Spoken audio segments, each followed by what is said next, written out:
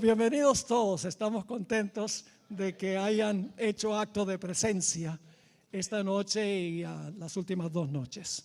Vamos a comenzar con una oración y entonces entramos de lleno a nuestro estudio. Padre, te damos gracias por el privilegio de comenzar tu santo día en tu santo templo. Imploramos la presencia de tu Santo Espíritu al abrir tu santa palabra, que haga un impacto en nuestra vida, que nos haga más como nuestro querido y amante Jesús. Te lo pedimos en su nombre. Amén. En esta serie hemos estado estudiando 3 historias del libro de Génesis. 3 historias que van a formar la base para los 3 temas que vamos a estudiar mañana. Hemos estudiado en primer lugar lo que ocurrió en el diluvio y antes del diluvio. Estudiamos todos los eventos que llevaron al diluvio y la destrucción que vino. Jesús dijo que como fue en los días de Noé, así será también al final de la historia. Es decir, la historia de Génesis del diluvio ocurrió históricamente, pero lo que pasó simboliza o representa o ilustra lo que va a pasar globalmente en el mundo al final de la historia. Anoche estudiamos sobre la Torre de Babel. Es el origen de la Babilonia del libro de Apocalipsis. Babilonia se caracteriza por su arrogancia, se caracteriza por su deseo de consolidar la rebelión en contra de Dios en un lugar, reunir a todas las naciones en rebelión contra el Señor. Como lo dice en Apocalipsis, la ramera controla las aguas, controla a los reyes, controla a los mercaderes de la tierra, tiene hijas que hacen lo que ella dice. Es una unión global en rebelión en contra de Dios que ocurrió históricamente, pero ocurrirá a una escala mayor al final de la historia.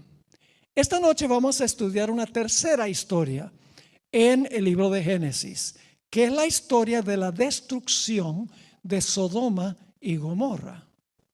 Jesús dijo, como vamos a leer en un momento, que como fue en los días de Lot, así será también la venida del Hijo del Hombre.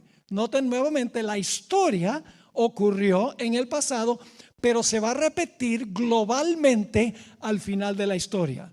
Si sabemos lo que ocurrió en el diluvio, lo que ocurrió en la Torre de Babel y lo que ocurrió con Sodoma y Gomorra, vamos a entender mejor lo que va a ocurrir al final de la historia. Son ilustraciones históricas de algo que va a suceder a una escala mucho mayor al final de la historia. Y mañana, Dios mediante, vamos a conectar todo lo que hemos estudiado con el pasaje de Romanos 1, 18 al 32. Un pasaje que vamos a estudiar en detalle, porque es una descripción del mundo antes de la segunda venida y tiene muchos rasgos en común con las historias que hemos trazado. Y luego en nuestro último tema vamos a ver que las 3 historias de Génesis y Romanos 1, 18 al 32 culminan en su cumplimiento con los mensajes de los 3 ángeles. Vamos a encontrar que Romanos 1, 18 al 32 tienen los mismos elementos que los mensajes de los 3 ángeles en el libro de Apocalipsis. Así que ese será nuestro tema de estudio mañana. Ahora vamos en nuestras Biblias a Lucas 17. Lucas el capítulo 17. Y mientras ustedes están buscando ese capítulo, permítanme mencionarles algo. Yo sé que es muy difícil para ustedes conseguir los versículos tan rápidamente como yo los presento. Y es imposible que ustedes recuerden todo lo que nosotros hemos estudiado. Se van y en una semana se olvidan de la mitad de lo que hemos dicho. Así que les tengo buenas noticias. La buena noticia es que mañana en la mesa de afuera va a haber una hoja con un código QR. Y si ustedes usan su celular, su teléfono celular, para hacer clic en ese código QR, ahí hay unas líneas para usted registrarse. Y yo le voy a mandar todos los sermones escritos para que ustedes puedan estudiarlos en su casa con calma. No son bosquejos, son sermones completos, escritos completos, porque quiero que ustedes se los lleven a la casa y los estudien con calma para comparar lo que dice la Biblia con lo que dije yo.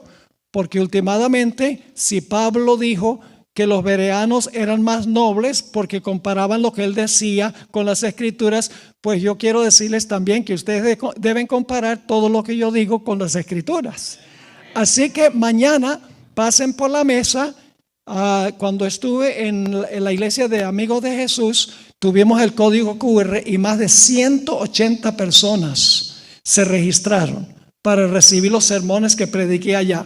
Y quiero decirles que si ustedes se registran, no solo les voy a mandar los sermones de aquí, sino que se los voy a mandar de los que presenté en Amigos de Jesús, porque en realidad esos sermones al Amigo de Jesús constituyen la primera parte de lo que estamos completando aquí.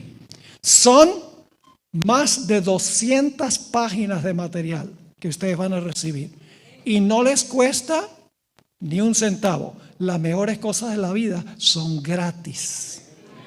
Ahora tienen Lucas 17, versículo 28 al 32. Está hablando Jesús. Asimismo. ¿Qué significa asimismo? Como pasó una vez allá, asimismo, como sucedió en los días de ¿quién? De Lot. ¿Qué hacían? Comían, bebían, compraban, vendían, plantaban, edificaban. Mas el día que Lot salió de Sodoma, llovió del cielo fuego y azufre y los destruyó a todos. Y ahora escuchen, así será el día en que el Hijo del Hombre se manifieste. ¿Se va a repetir la historia de Sodoma y Gomorra? Jesús dijo que sí. Como sucedió allá, va a suceder en el futuro. Así que necesitamos nosotros estudiar la historia de lo que pasó con Sodoma antes de ser destruida la ciudad o las ciudades, porque eran varias, y lo que ocurrió en el momento de su destrucción. Ahora vamos a Génesis 13 y el versículo 10. Génesis 13, 10. Y vamos a encontrar que la región a donde estaban las ciudades de la llanura era la región más bonita y hermosa del mundo, antes de la destrucción de las ciudades. Dice en Génesis 13 y el versículo 10, y alzó Lot sus ojos y vio toda la llanura del Jordán, que toda ella era de riego, es decir, había abundancia de agua, era verde, era toda ella de riego, como el huerto de Jehová. ¿Qué es el huerto de Jehová? El Edén. Era un lugar que se parecía al Edén. Dice, como el huerto de Jehová, como la tierra de Egipto en la dirección de Zoar. ¿Y cuándo fue que el mundo que era así? Dice, antes que destruyese Jehová a Sodoma y a Gomorra. Y si ustedes van hoy, van a encontrar exactamente lo contrario. Árido, seco y no hay nada vivo en esa región. Ahora la Biblia nos dice que aunque era un lugar supremamente hermoso, las ciudades eran malas y pecadoras, como la sociedad del mundo antes del diluvio. Dice en el capítulo 13 y el versículo 13, en cuanto a la condición moral de las ciudades, mas los hombres de Sodoma eran malos. Y por si acaso no entienden malos, dice y pecadores. Quiere decir que eran bien malos. Eran malos y pecadores contra Jehová. ¿Cómo? En gran manera. Malos pecadores en gran manera. Terrible la corrupción de las ciudades. Ahora, las ciudades padecían de 3 males. En primer lugar, perversidad sexual. Ustedes pueden notar eso, lo vamos a estudiar en Génesis 19 y el versículo 5. Practicaban toda clase de aberraciones sexuales. En segundo lugar, las ciudades eran violentas. Sabemos eso porque querían linchar a Lot. No se preocupaban ni por un instante de acabar con Lot, que no estaba de acuerdo con lo que ellos querían hacer. Y en tercer lugar, el gran pecado era el materialismo que impedía que ellos ayudaran a los más necesitados. Noten Ezequiel, el capítulo 16, 48 y 49 sobre esta última característica. Ezequiel, el capítulo 16 y el versículo 48 y 49. Aquí Dios está comparando al pueblo judío con Sodoma y Gomorra. Hasta ese nivel había llegado el pueblo judío en la época cuando escribió Ezequiel. Dice: vivo yo, dice Jehová el Señor, que Sodoma tu hermana y sus hijas no han hecho como hiciste tú y tus hijas. He aquí que esta fue la maldad de Sodoma tu hermana. ¿Cuál era el problema de Sodoma? Soberbia. Lo que estudiamos anoche, vimos que los que construyeron la Torre de Babel eran soberbios. ¿Cómo no? ¿Eran altaneros? ¿Cómo no? Dice: soberbia, saciedad de pan y abundancia de ociosidad tuvieron ella y sus hijas. ¿Y cuál fue el resultado? Y no fortaleció la mano del afligido y del menesteroso. Vivían para sí, para su propia grandeza. Eran soberbios, orgullosos, como Nabucodonosor cuando construyó la ciudad de Babilonia. Dijo: no es esta la gran Babilonia que yo edifiqué por mi poder y para mi gloria. Esa es la característica de Babilonia. El libro de Judas, los versículos 10 al 13, comparan a Sodoma con Caín. Y ustedes saben qué clase de persona fue Caín. Compara la ciudad de Sodoma con Balaam y compara la ciudad de Sodoma con Coré. Es decir, habría que estudiar esas tres historias, que no tenemos tiempo de hacerlo, para ver qué características tenían las ciudades, particularmente Sodoma y Gomorra. Ahora, como hemos visto, Dios nunca destruye sin primero darle a una civilización o a una nación gran luz y la oportunidad de arrepentirse y de cambiar su conducta. Así que antes de que Dios destruyera las ciudades, mandó a 3 varones que llegaron a donde Abraham. Estos personajes se identifican como 3 ángeles. Ahora, cuando oímos 3 ángeles, ¿qué curiosidad despierta en nuestra mente? Apocalipsis 14 tiene 3 ángeles.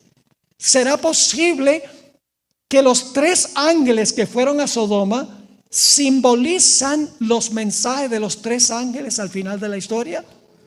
Lo vamos a ver que sí. Cuando llegaron estos 3 ángeles, dice en el capítulo 18 que eran varones, pero luego más adelante se identifican como ángeles, como veremos. Dice que cuando Abraham los vio, él reconoció que uno de ellos era distinto que los otros 2. Fíjense que Abraham le habla solo a uno de los 3. Y fíjense lo que hace Abraham. Dice en Génesis 18 y el versículo 1 al 3.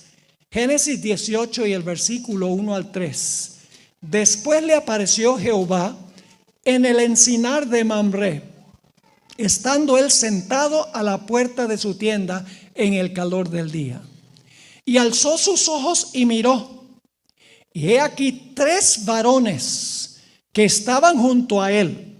Y cuando los vio, salió corriendo de la puerta de su tienda a recibirlos. Y se postró en tierra y dijo. Ahora vamos a leer con cuidado. ¿Le está hablando a los 3 o a uno solo? A uno. Porque dice, y dijo, Señor, no señores, Señor, si ahora he hallado gracia en tus ojos, no el de todos, en tus ojos, no lees, sino te ruego que no pases de tu siervo. ¿A cuántos de los tres le está hablando Abraham? Le está hablando a uno solo, que es un personaje especial entre los tres.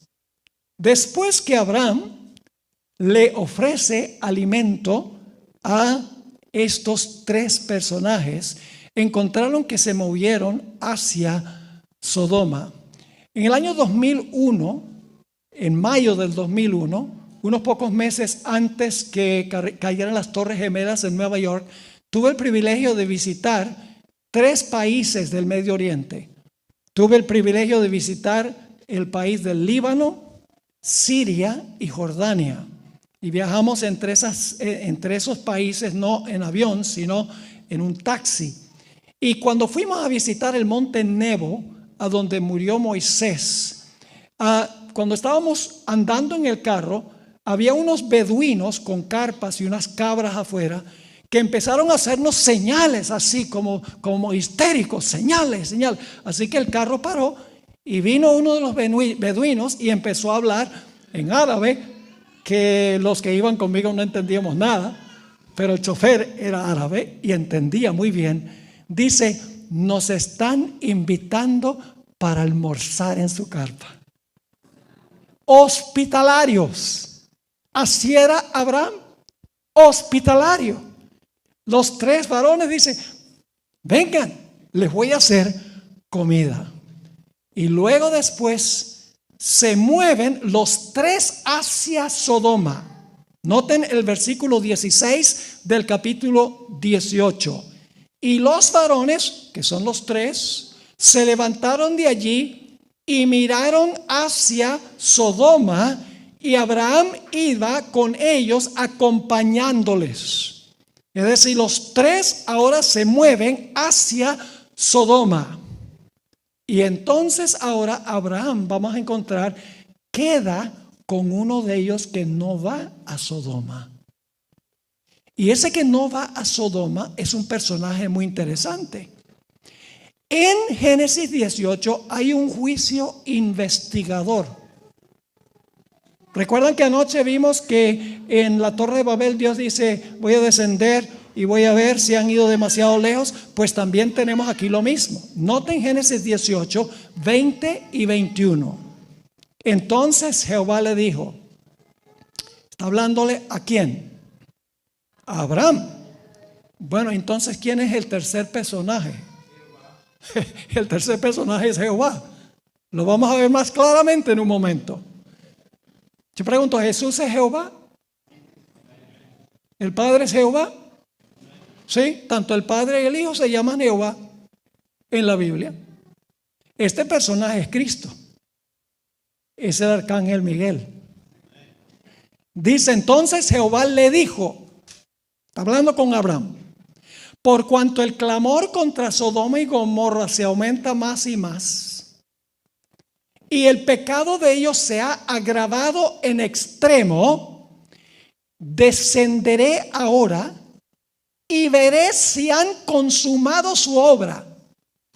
¿Qué está diciendo?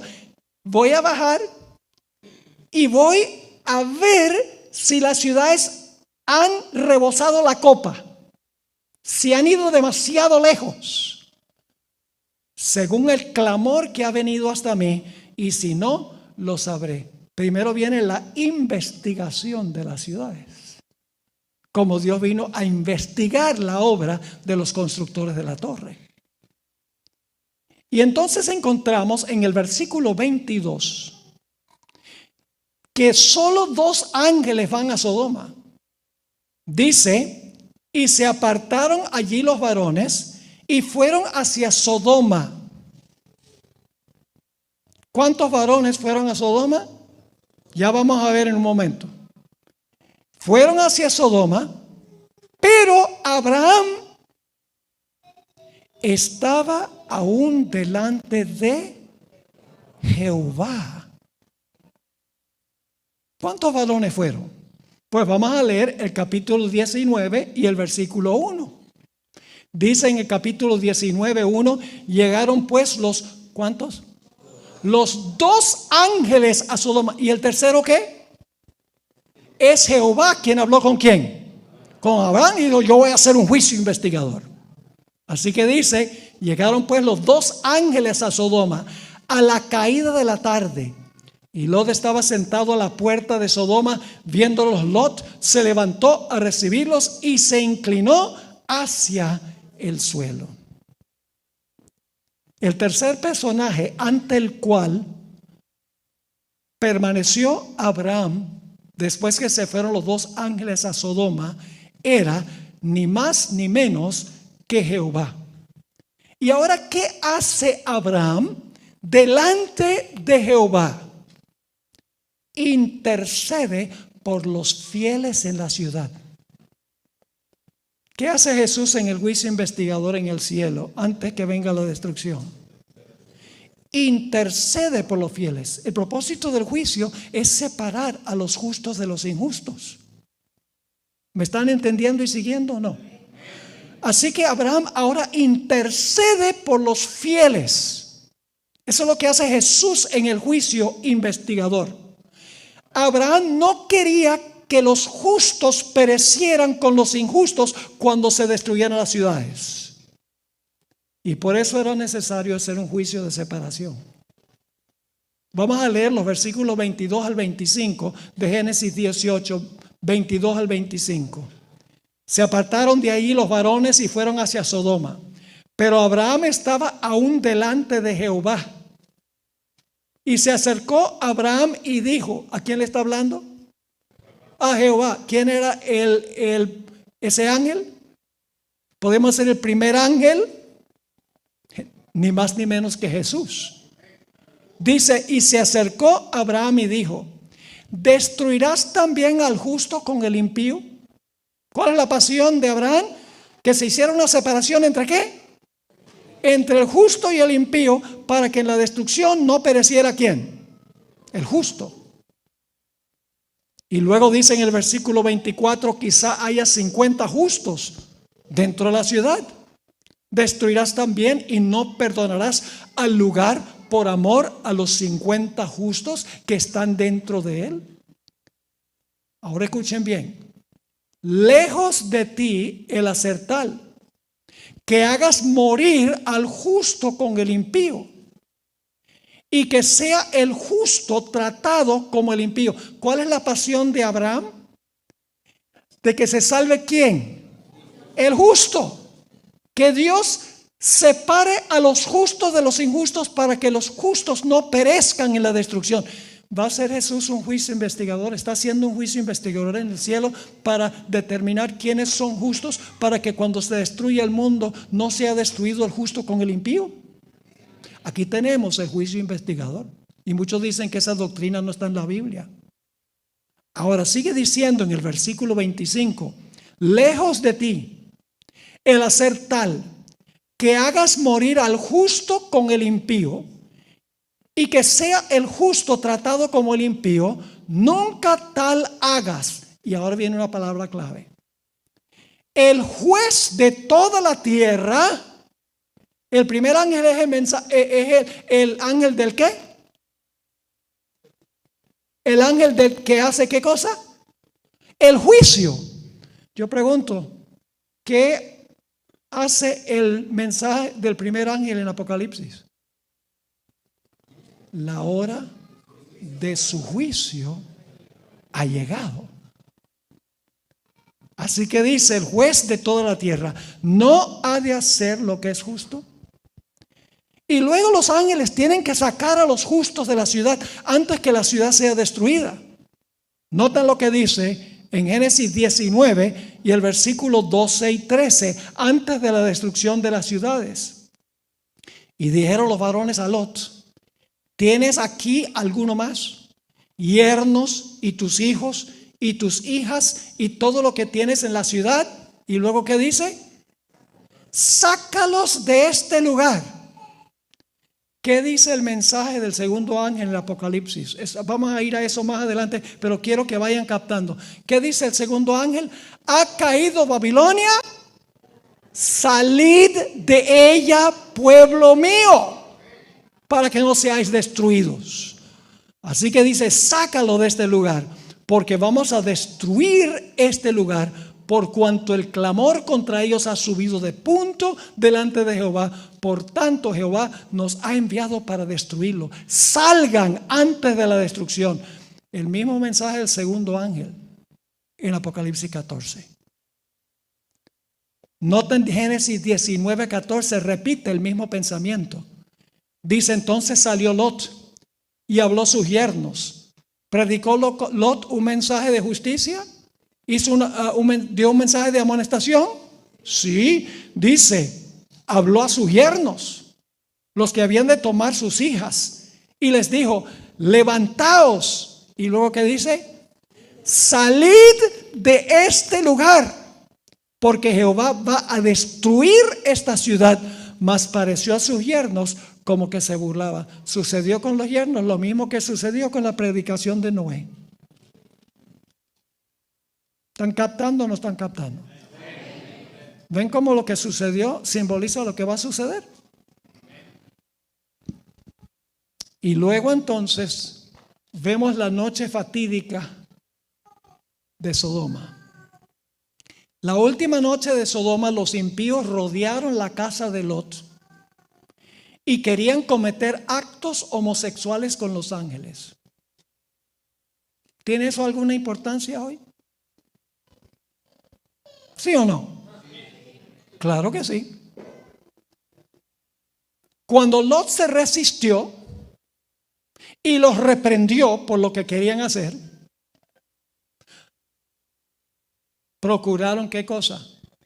Lincharlo. ¿Va a pasar eso con el pueblo de Dios que predican la verdad al final de la historia? ¿Cómo no?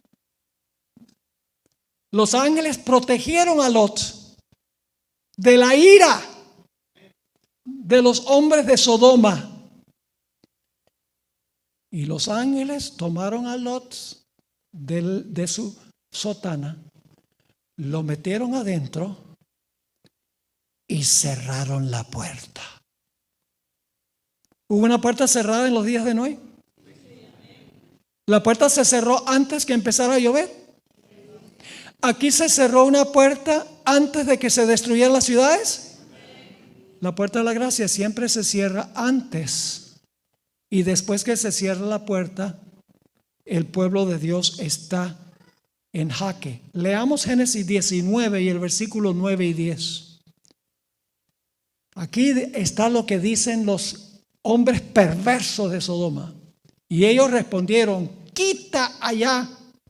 Y añadieron, vino este extraño para habitar entre nosotros y habrá de erigirse en juez. Ahora te haremos más mal que a ellos. Es decir, te vamos a hacer más mal a ti que a los ángeles que tú recibiste en tu casa. Y hacían gran ¿qué? ¿El pueblo de Dios va a estar en peligro de recibir violencia en un tiempo de angustia? ¿Cómo no? Y hacían gran violencia al varón, a Lot, y se acercaron para romper la puerta. Entonces los varones alargaron la mano y metieron a Lot en la casa con ellos y cerraron la puerta. Cuando la puerta se cerró, la suerte de los impíos estaba decidida, porque se había separado a los justos de los injustos. Y luego entonces viene el mensaje del tercer ángel. ¿Qué dice el mensaje del tercer ángel en Apocalipsis?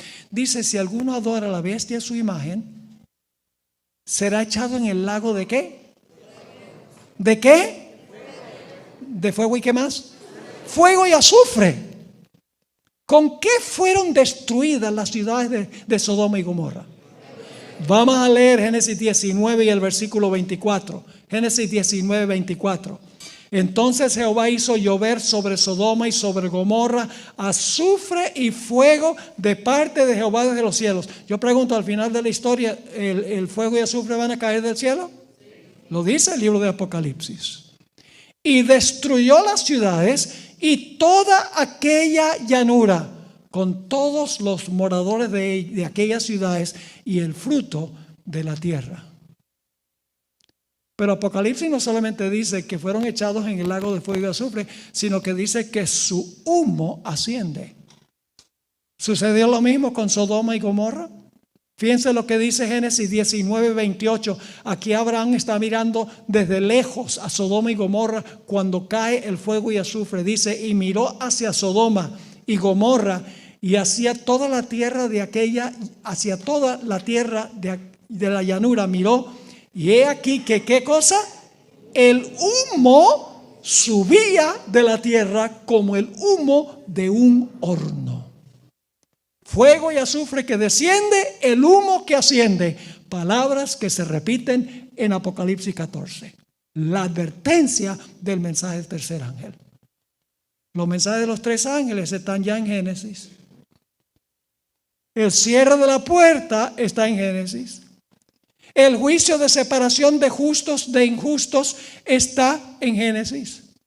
La violencia contra los fieles de Dios protegidos por los ángeles está en Génesis. La destrucción final está en Génesis con fuego y azufre. Dios nos dio esa historia local para entender lo que va a ocurrir globalmente al final de la historia. Pero como hemos visto, el lugar ya no era un jardín del Edén después que el fuego. ¿Saben ustedes que el Mar Muerto, donde estaban las ciudades de la llanura, es el lugar más profundo por debajo del nivel del mar? 1500 pies por debajo del nivel del mar. Yo he estado allí. Es como si se hubiera abierto un hoyo en la tierra. Es decir, tan fuerte fue el fuego, porque dice la Biblia que eran las ciudades de la llanura. Pero ahí hay una cuenca, un hoyo, y no hay nada vivo allí. Ni siquiera microorganismos hay en el Mar Muerto, por eso se llama muerto. No hay vida. Fueron completa y totalmente destruidas. Pero Dios tuvo un remanente fiel. Génesis 19:29 nos dice que Abraham, escuchen bien, Abraham había intercedido por Lot para que no pereciera. Como Cristo va a interceder por los fieles al final de la historia. Dice en el versículo 29 del capítulo 19, así cuando destruyó Dios las ciudades de la llanura, Dios se acordó ¿de quién?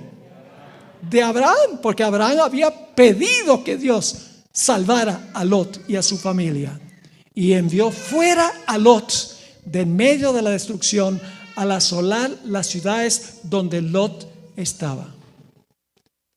Lot era un hombre piadoso. Tristemente era personalmente piadoso, pero cometió el error de ubicarse en la ciudad de Sodoma con su familia. Perdió a su familia por escoger ubicarse en ese lugar. Personalmente piadoso, dice la Biblia, como Noé. Noten lo que dice Segunda de Pedro, el capítulo 2 y el versículo 7 y 8. Segunda de Pedro 2, 7 y 8. Dice, y libró, fíjense la cantidad de veces que se usa la palabra justo. Y libró al justo Lot, varón justo, abrumado por la nefanda conducta de los malvados. Porque este justo que moraba entre ellos afligía cada día su alma justa, viendo y oyendo los hechos inicuos de ellos. Afligía su alma. Él no compartía los pecados de la ciudad de Sodoma. Clamaba y gemía por los pecados, pero se ubicó en un lugar a donde perdió básicamente a varias de sus hijas que estaban casadas, a 2 hijas solteras, aunque ellas salieron, vamos a encontrar que cometieron incesto con su padre y tuvieron hijos que fundaron 2 de las ciudades más inicuas, de las naciones más inicuas de la antigüedad, Moab y Edom. ¿Por qué tuvieron relaciones sexuales con su propio padre? Incesto. ¿Dónde aprendieron eso? En Sodoma. ¿Y qué diríamos de la esposa de Lot? De eso vamos a hablar hacia el final. La esposa de Lot, sabemos que ella pereció también. Y Lot perdió todo lo que tenía. Aunque era personalmente piadoso, se afligía cada día por la maldad de las ciudades, se ubicó en un lugar con su familia a donde perdió básicamente a su familia.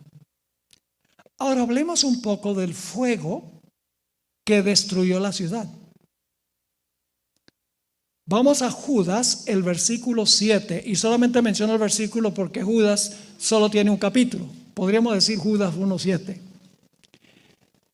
Aquí está hablando de Sodoma y Gomorra. Dice, como Sodoma y Gomorra y las ciudades vecinas, las cuales de la misma manera que aquellos habían, ¿cuál era uno de los pecados? ¿Habían qué?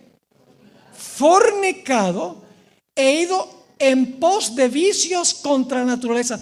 ¿Qué son vicios contra naturaleza? Es cuando un hombre se acuesta con un hombre. Lo vamos a ver en Romanos 1. Y cuando una mujer se acuesta con una mujer.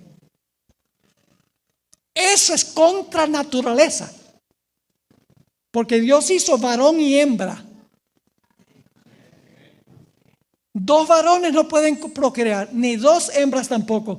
Dios hizo a Adán y Eva, luego le dijo, fructificad y multiplicad y henchid la tierra. Así que las ciudades de Sodoma y Gomorra estaban practicando lo mismo por lo cual se está abogando hoy en este país, especialmente este país protestante. Qué triste. Así que dice, habiendo fornicado e ido en pos de vicios contra naturaleza, fueron puestas, estas ciudades fueron puestas por ejemplo. ¿Ejemplo de qué? Pues de lo que va a pasar al final de la historia. Como ejemplo, sufriendo el castigo de qué? Del fuego eterno. ¿Qué clase de fuego destruyó las ciudades? Fuego eterno. Ahora tenemos un problema. ¿Y cuál es el problema, pastor? El problema es que fueron destruidas con fuego eterno, pero ya se apagaron. Se volvieron cenizas. ¿Cómo es que el fuego es eterno? Vamos a leer 2 de Pedro, el capítulo 2 y el versículo 6, a donde dice que las ciudades fueron reducidas a ceniza. Aunque fueron destruidas con fuego eterno, fueron reducidas a cenizas. Yo pregunto, cuando algo se vuelve cenizas, ¿pueden prender las cenizas? No, porque todo lo que hay que consumir se consumió. Noten 2 de Pedro 2:6. Y si condenó por destrucción a las ciudades de Sodoma y de Gomorra, reduciéndolas ¿a qué? A ceniza. Interesante. Poniéndolas, ¿de qué? Ahí está la idea otra vez.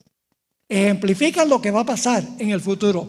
Y poniéndolas de ejemplo a los que habían, es decir, en el futuro, a los que habían de vivir como impíamente. ¿Cómo explicamos que las ciudades fueron destruidas con fuego eterno, pero se apagaron, se volvieron cenizas? ¿Cómo explicamos eso? Pues vamos a buscar en nuestras Biblias Deuteronomio 4, 23 y 24. Hermanos y hermanas, no se dejen intimidar cuando vienen algunos cristianos y dicen, los impíos cuando se mueren van a quemarse en las llamas del infierno y ahí se van a quemar para siempre porque el fuego es eterno. Cuando les digan eso, ustedes van a usar lo que yo voy a compartir ahora con ustedes. Deuteronomio 4, 23 y 24. ¿Qué fue el fuego que destruyó las ciudades? Dice allí Dios está hablando al pueblo de Israel. Guardaos, no os olvidéis del pacto de Jehová vuestro Dios, que Él estableció con vosotros. Y no os hagáis escultura o imagen de ninguna cosa que Jehová tu Dios te ha prohibido. Porque Jehová tu Dios es fuego consumidor, Dios celoso. ¿Qué es el fuego? Dios es el fuego consumidor. Yo pregunto, ¿Dios es eterno? Entonces, ¿Dios es fuego consumidor eterno? El fuego es eterno, pero no lo que el fuego quema. Ahora vamos a Hebreos 12, 28 y 29. Hebreos 12, 28 y 29. Dice, así que, recibiendo nosotros un reino inconmovible, tengamos gratitud y mediante ella sirvamos a Dios agradándole con temor y reverencia. ¿Qué debemos agradar a Dios? ¿Cómo? Con temor y reverencia. ¿Por qué razón? Porque nuestro Dios es fuego consumidor. Ahora ustedes saben que 1 Timoteo 6:16 dice que Dios es el único que tiene inmortalidad, que habita en luz inaccesible. La luz inaccesible es la gloria de Dios, a quien ninguno de los hombres ha visto ni puede ver, al cual sea la honra y el imperio sempiterno. Amén. La hermana White una vez tuvo una visión a donde Dios le mostró al Padre sentado en su trono. Y alguien le escribió a la hermana White y le dijo, pero la Biblia dice que nadie jamás ha visto al Padre. ¿Cómo dice usted que vio al Padre pararse del trono para moverse del lugar santo al lugar santísimo? Luego la hermana White explicó y dijo, pues yo no vi al Padre porque estaba rodeado de una gloriosa luz, pero cuando se movió la luz yo me imaginé que el que se estaba moviendo era el Padre, porque Él es el que está sentado en el trono. Fíjense lo que ella escribió en Primeros Escritos, página 54. Pregunté a Jesús si su Padre tenía forma como Él. Dijo que la tenía, pero que yo no podía contemplarla, porque dijo, si llegases a contemplar la gloria de su persona, dejarías de existir. ¿Qué es el fuego consumidor? Es la gloria de Jehová. El fuego eterno es la gloria de Jehová. Vayan conmigo a Éxodo 24, 15 al 17. Éxodo 24, 15 al 17. Aquí el pueblo de Dios está al pie del monte Sinaí. Y dice allí, en cuanto al monte donde ellos estaban, entonces Moisés subió al monte y una nube cubrió el monte. ¿Y qué es lo que ve Moisés? Y la gloria de Jehová reposó sobre el monte Sinaí. Y la nube lo cubrió por 6 días. Y al 7º día llamó a Moisés de en medio de la nube. Es decir, Dios está cubierto de una ¿qué? La gloria de Dios está cubierta por una nube. Y luego dice, y la apariencia de la gloria de Jehová era como ¿qué? Como un fuego abrasador. ¿Qué es el fuego abrasador? La gloria de Jehová. ¿Qué destruyó a Sodoma y Gomorra? La gloria de Jehová. Su gloria es eterna. Por eso Dios es fuego eterno, pero no lo que el fuego consume. En Judas dice que fueron destruidas las ciudades con fuego eterno. No dice que lo que quemó era eterno. ¿Me están entendiendo o no me están entendiendo? Escuchen esta cita del Espíritu de Profecía, Deseo de todas las gentes, página 82. Escuchen bien. Para el pecado, donde quiera que se encuentre, nuestro Dios es fuego consumidor. En todos los que se sometan a su poder, el Espíritu de Dios consumirá el pecado. ¿Qué pasa? Dice, todos los que se someten al poder de Dios, el Espíritu de Dios consumirá El pecado.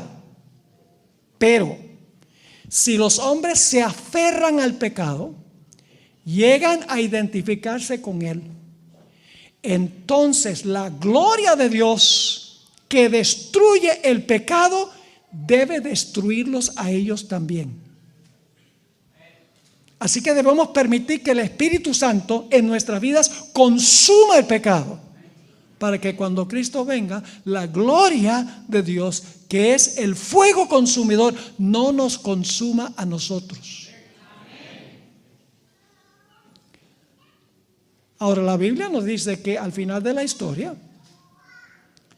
los impíos se van a apagar también, como pasó en Sodoma y Gomorra. Noten lo que dice Malaquías 4 y el versículo 1. Malaquías 4 y el versículo 1. Porque he aquí viene el día ardiente como un horno. Es decir, se va a manifestar la gloria de Jehová, quien es fuego eterno. Y todos los soberbios y todos los que hacen maldad serán estopa. Aquel día que vendrá los abrazará, ha dicho Jehová de los ejércitos, y no les dejará ni raíz ni rama. ¿Cuánto va a quedar después que el fuego cumpla su tarea? Ni raíz ni rama. ¿Quién es la raíz del pecado? Satanás. ¿Y las ramas quiénes son? Sus seguidores. Jesús dijo: yo soy la vid, ustedes los pámpanos. Pues Satanás es la raíz y sus seguidores son las ramas. Dice aquí: no les dejará, no quedará ni raíz ni rama, serán reducidos a cenizas. Noten el versículo 3, Malaquías 4:3.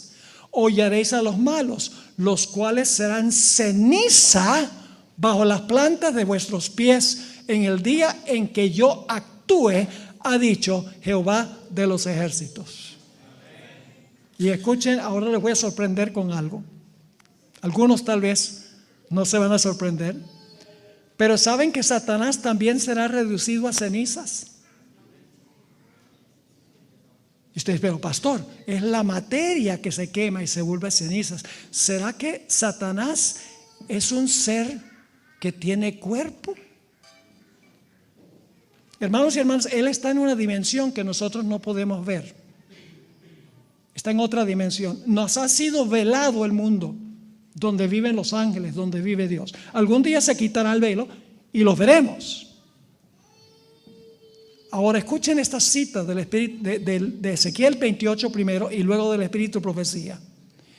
Dios predice lo que va a pasar con Satanás. Dios le dice: con la multitud de tus maldades y con la iniquidad de tus contrataciones profanaste tu santuario. Yo pues saqué fuego de en medio de ti, el cual te consumió, y te puse en ceniza sobre la tierra a los ojos de todos los que te miran. Todos los que te conocieron de entre los pueblos se maravillarán sobre ti. Espanto serás y para siempre dejarás de ser. ¿Satanás va a estar eternamente quemándose en las llamas del infierno? No, va a dejar de ser, porque el fuego, la gloria de Dios lo va a consumir y va a quedar consumido para siempre. Va a dejar de ser. Satanás se apaga, pero la gloria de Dios no, porque la gloria de Dios es eterna. Ahora, fíjense esta cita de la hermana White. Se encuentra en Primeros Escritos, página 152. La hermana White se le dio una visión donde vio a Satanás como es ahora. Se me mostró a Satanás tal como había sido antes, un ángel excelso y feliz. Después se me lo mostró tal como es ahora. Todavía tiene una regia figura. Todavía son nobles sus facciones. ¿Qué son facciones? Estas son mis facciones. Todavía son nobles sus facciones, porque es un ángel caído. Pero su semblante, ¿qué es un semblante? El rostro. Pero su semblante denota viva ansiedad, inquietud, desdicha, malicia, odio, falacia, engaño y todo linaje de mal. Me fijé especialmente en aquella frente. ¿Tiene frente? Sí. Me fijé especialmente en aquella frente que tan noble fuera. Comienza a inclinarse hacia atrás desde los ojos. ¿Tiene ojos? Sí. Vi que se viene dedicando al mal desde hace tanto tiempo que en él las buenas cualidades están degradadas y todo rasgo malo se ha desarrollado. Sus ojos, astutos y sagaces, denotaban profunda penetración. Su cuerpo era grande. ¿Tiene cuerpo? Sí, su cuerpo era grande, pero las carnes le colgaban flácidas en la cara y las manos. ¿Las qué? Carnes. No puede ser reducido a ceniza al menos que sea un ser material. El problema no es que nosotros a veces pensamos que los ángeles son fantasmas. Así algo como un viento, como etéreos, como fantasmas.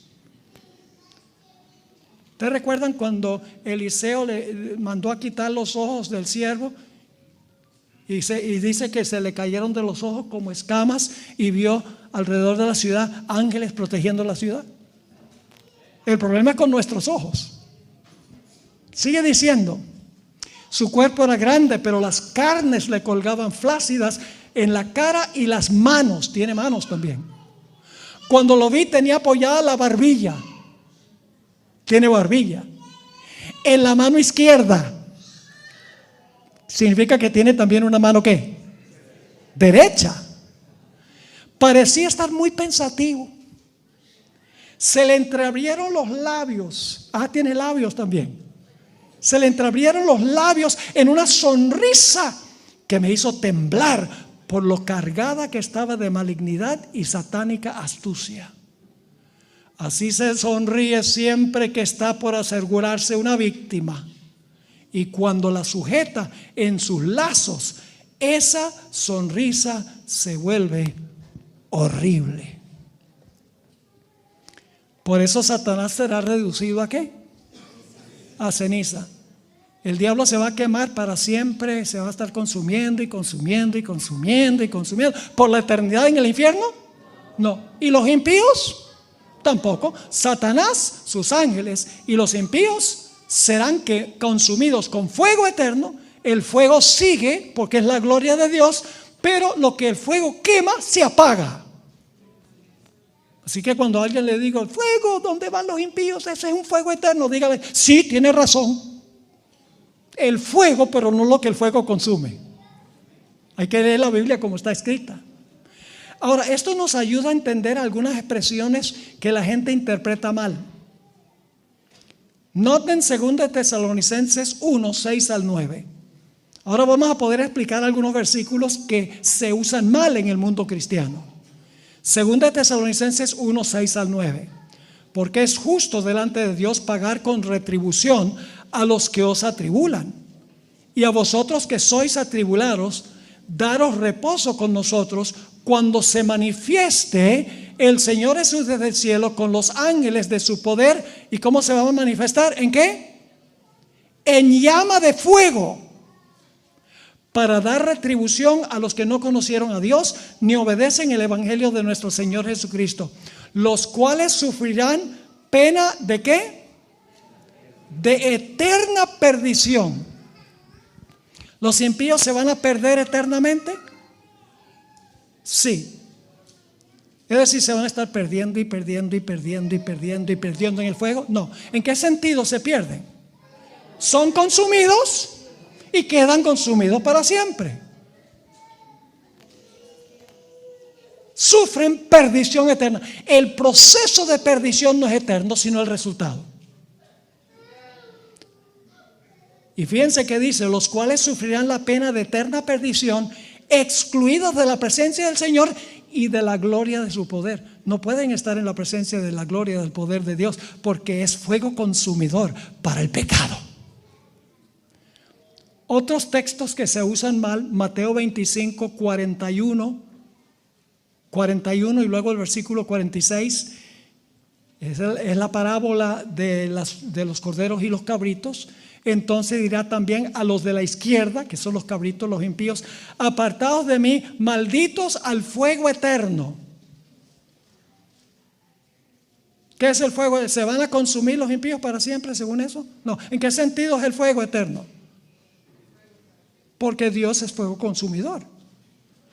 Así que dice, al fuego eterno preparado para el diablo y sus ángeles. Y luego el versículo 46, e irán estos al castigo eterno. Yo pregunto, ¿el castigo de los impíos durará para siempre? Sí. No el proceso de castigo, sino el resultado de su castigo. Se consumen, se vuelven cenizas y quedan castigados para siempre. No están siendo castigados y castigados y castigados y castigados en el fuego. No, el fuego los consume, no resucitan jamás. Su castigo es eterno. Ahora, ¿saben ustedes quiénes van a vivir en el fuego? Para siempre. No son los malos, sino los buenos. De que, pastor, ¿qué herejía es esa? ¿De que los justos van a vivir en medio del fuego eterno? Sí, Señor. Vamos a Isaías 33 y vamos a leer los versículos 11 al 16. ¿Ve qué sencillo es interpretar la Biblia cuando se lee con cuidado? Cuando se compara un texto con otro texto. Dice en Isaías 33, 11 y 12, primero habla de los impíos. Concebisteis hojarascas, rastrojo daréis a luz. El soplo de vuestro fuego os consumirá. Y los pueblos serán como cal quemada, como espinos cortados, serán quemados con fuego. Está hablando de los impíos. Y luego dice en el versículo 14, los pecadores se asombraron en Sión.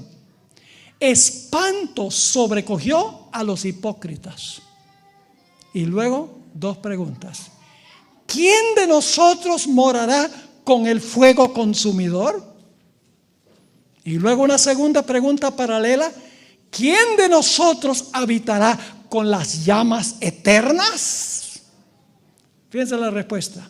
El que camina en justicia y habla lo recto, el que aborrece la ganancia de violencias, el que sacude sus manos para no recibir cohecho, mordidas, el que tapa sus ojos para no oír propuestas sanguinarias, el que cierra sus ojos para no ver cosa mala. Este habitará en las alturas, fortaleza de roca será su lugar de refugio, se le dará su pan y sus aguas serán seguras. ¿Quiénes van a vivir en las llamas eternas, los impíos o los justos? Los justos. ¿Saben por qué? Porque van a tener un carácter a prueba de fuego. Y tenemos una ilustración en la Biblia de 3 jóvenes que estaban dispuestos a morir, y ese era un fuego humano. ¿Recuerdan la historia de Sadrach, Mesach y Abednego? Le dijeron al rey: oh rey, nosotros te respetamos en tu legítima autoridad, pero nosotros no nos vamos a inclinar ante la imagen que tú levantaste. Y Nabucodonosor le dice: les echo al fuego, y que Dios los salvará de las llamas. Y ellos dijeron: nuestro Dios es capaz de salvarnos, y si no nos salva, de todas maneras no vamos a adorar. Yo pregunto, ¿va a pasar eso otra vez? ¿Vamos a tener que rechazar la adoración a la imagen de la bestia? Sí, así que ahora es que tenemos que prepararnos para eso. No crean que los jóvenes vivían mundanos y luego de repente vino la crisis y dicen: ahora vamos a ser fieles a Dios. Y Daniel fue echado también al foso de los leones. ¿Y qué pasó cuando los 3 jóvenes fueron echados al horno? A este fuego humano, calentado 7 veces peor. Se paseaban como si estuvieran en un jardín. ¿Y quién estaba allí? El Hijo de Dios, Jesús. ¿Por qué fueron salvados del fuego?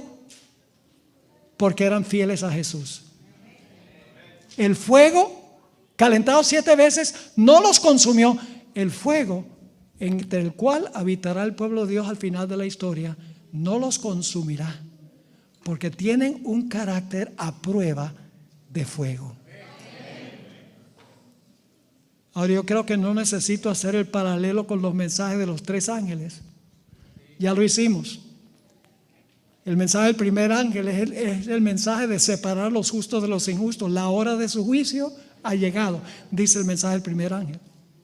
El mensaje del segundo ángel dice: si tú rechazas el mensaje del primer ángel, si no sales de Babilonia, te va a consumir el fuego. ¡Sal! Ese es el mensaje del segundo ángel. Apocalipsis 14:8 y Apocalipsis 18, el versículo 1. Y luego el mensaje del tercer ángel: si no sales, el fuego, la gloria de Dios, el fuego y el azufre te van a consumir, porque vas a terminar adorando a la bestia e inclinándote ante su imagen. Yo pregunto, al final de la historia, ¿Dios va a cerrar la puerta de la gracia antes de que venga la destrucción? Sí, va a venir como ladrón en la noche. No crean que el ladrón en la noche es la segunda venida de Jesús. Incluye la segunda venida, pero hay más. ¿Recuerdan la ilustración que les di? La noche fría, está nevando, llegan del trabajo, frío terrible, desde que llega hasta los huesos. Cenan, se sientan a ver las noticias, se duermen en la silla favorita. Me voy a ir a acostar. Y se meten debajo de las cobijas, calienticas las cobijas. Y se acuerdan que no trancaron la puerta. No quiero salirme debajo de estas cobijas porque bajé el termostato, está haciendo frío. Por 25 años he vivido aquí y nunca ha llegado el ladrón. Y todo el mundo se duerme en la casa y esa noche llega el ladrón. Y la gente está inconsciente de que vino el ladrón. ¿Cuándo conocen que vino el ladrón?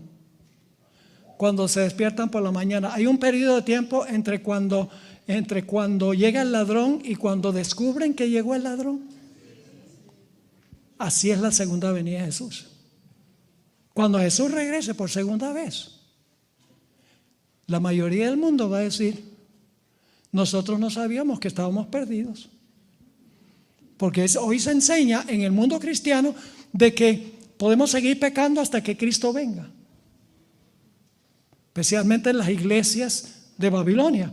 Dice: tenemos una naturaleza pecaminosa humana. Somos débiles. ¿Saben lo que están diciendo? Que Dios no es suficientemente poderoso para darnos la victoria sobre el pecado. Que nuestra carne pecaminosa es más poderosa que Dios. ¿Ustedes creen que el poder de Dios puede llevarnos a vencer el pecado completamente?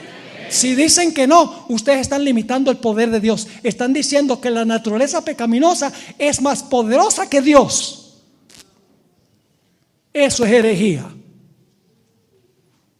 Ustedes saben que la Biblia dice: casi todo lo puedo en Cristo que me fortalece. Muy bien, muy bien.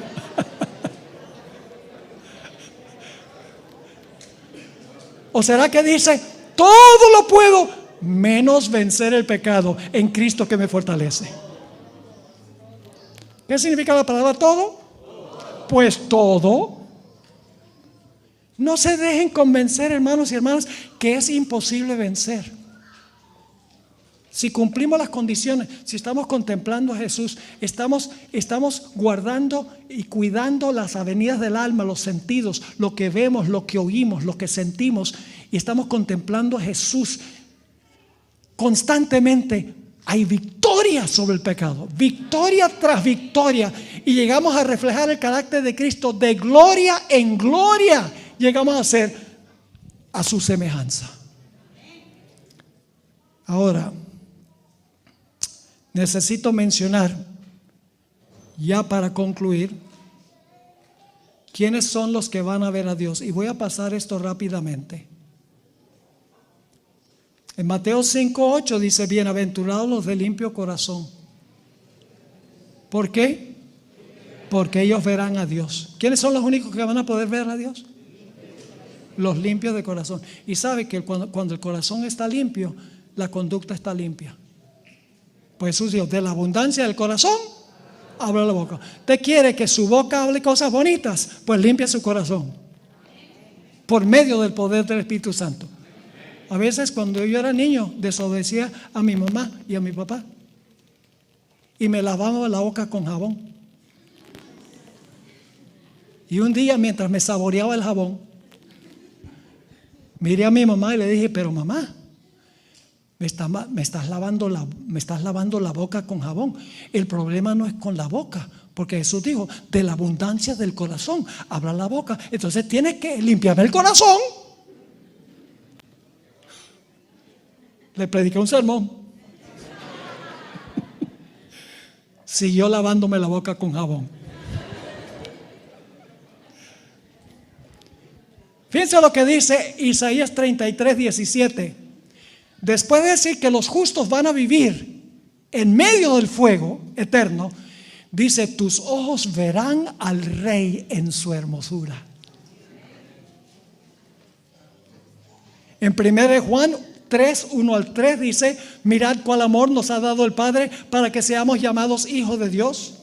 Por esto el mundo no nos conoce, porque no le conoció a Él. Amados, ahora somos hijos de Dios y aún no se ha manifestado lo que hemos de ser. Pero sabemos que cuando Él se manifieste, está hablando de su venida, seremos semejante a Él, porque le veremos tal como Él es. ¿Y qué hacemos sabiendo que vamos a verlo a Él como Él es? Dice en el versículo 3: y todo aquel que tiene esta esperanza en Él se purifica a sí mismo, así como Él es puro. Y un último texto sobre esto, en Hebreos 12:14 dice: seguid la paz con todos y la santidad, sin la cual nadie verá al Señor. ¿Anhelan ver a Dios? Entonces tenemos que desarrollar por su poder santidad en nuestra vida. Ahora permítame mencionar como último a lo que pasó con la mujer de Lot. Vamos a Génesis 19, el versículo 17, y luego vamos a leer el versículo 26. Génesis 19, versículo 17 y versículo 26. Dice: y cuando los hubieron llevado afuera los ángeles a Lot, a su esposa y a sus hijas, dijeron: escapa por tu vida, no mires tras ti, ni pares en toda esta llanura. Escapa al monte, no sea que perezcas. Entonces la mujer de Lot miró atrás, a espaldas de él, y se volvió una estatua de sal. Muchas veces me preguntaba yo: ¿por qué se convirtió en una estatua de sal? Es la única persona en la Biblia que cuando Dios la castigó, se convirtió en una columna de sal. ¿Y por qué? Creo que la razón, hermanos y hermanas, es porque Jesús dijo que nosotros somos la sal de la tierra. Y si la sal pierde su carácter salado, no sirve para nada, sino para ser echada afuera. La mujer de Lot había perdido su sabor salado, porque se había identificado con Sodoma. Salió de Sodoma, pero Sodoma no había salido de ella. ¿Por qué miró atrás? Ay, la casita que estoy dejando, la carreta de último modelo, que hoy le decimos carro, mis hijas que quedaron allá, todas las comodidades que ofrece la ciudad están allá. Y miró hacia atrás y se convirtió en una columna de sal. Elena White escribió lo siguiente: dicho de paso, Jesús se refirió a la experiencia de la mujer de Lot. Lucas 17, 31 y 32. En aquel día, el que esté en la azotea y sus bienes en casa, no descienda a tomarlos. No, sí, voy a salir, pero déjame buscar la computadora. A ver, se me quedó el celular, regreso. No descienda a tomarlos. Y el que en el campo, así mismo no vuelva atrás. Acordaos de la mujer de Lot. Sermón corto pero eficiente.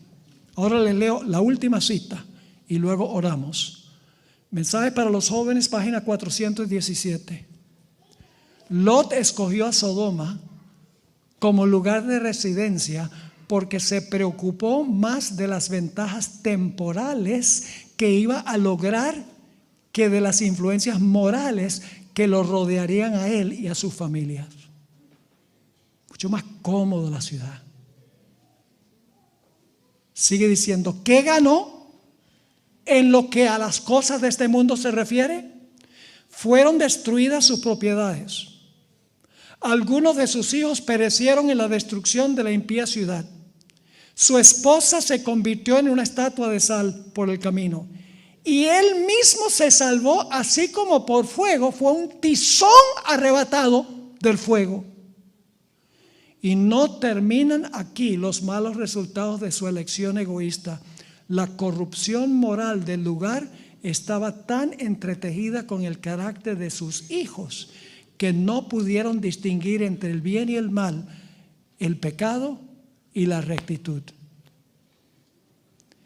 Hermanos y hermanas, una de las cosas que Dios estableció en el huerto del Edén era un lugar de habitación campestre. Dios colocó a Adán y Eva en un jardín, no en una ciudad. La sierva de Dios múltiples veces dice que el propósito de Dios en hacer eso es enseñarnos a nosotros que lo primero que debemos tomar en consideración es la influencia que tendrá el lugar donde vivimos sobre nosotros y sobre nuestros hijos. Eso es lo más importante. ¿De qué aprovecha el hombre si gana todo el mundo y pierda su alma? Hay que regresar al plan original de Dios, que fue lo que presenté en Amigos de Jesús. Los seres humanos han cambiado todo lo que Dios estableció en el Edén. Todito.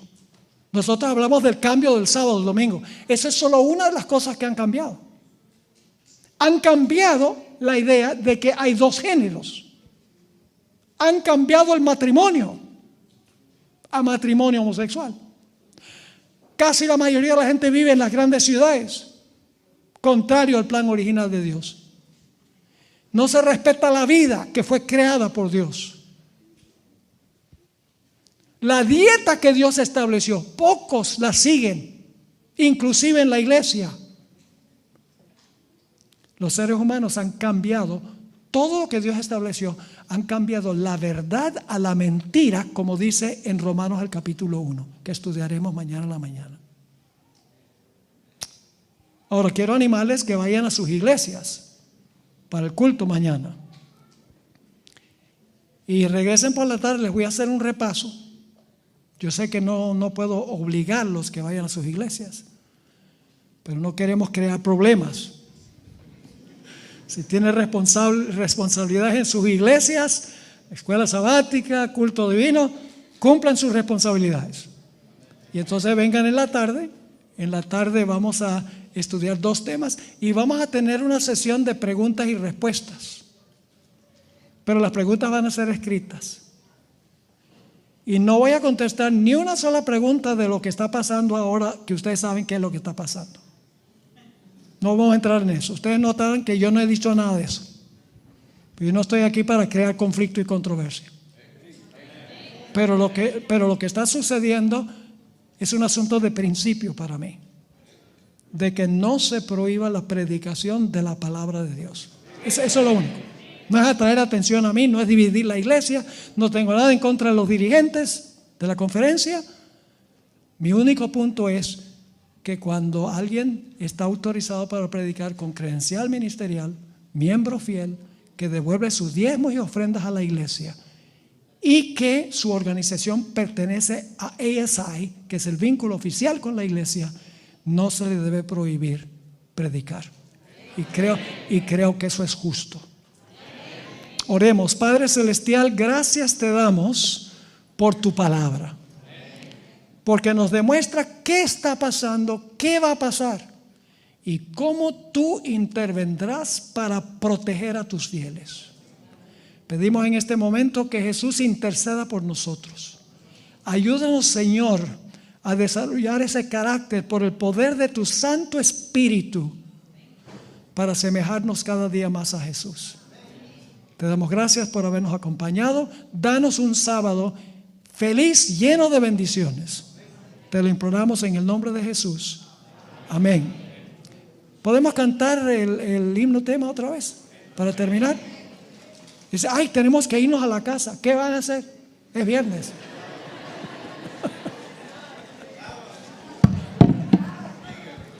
Es sábado. Para el mundo viernes, para nosotros sábado.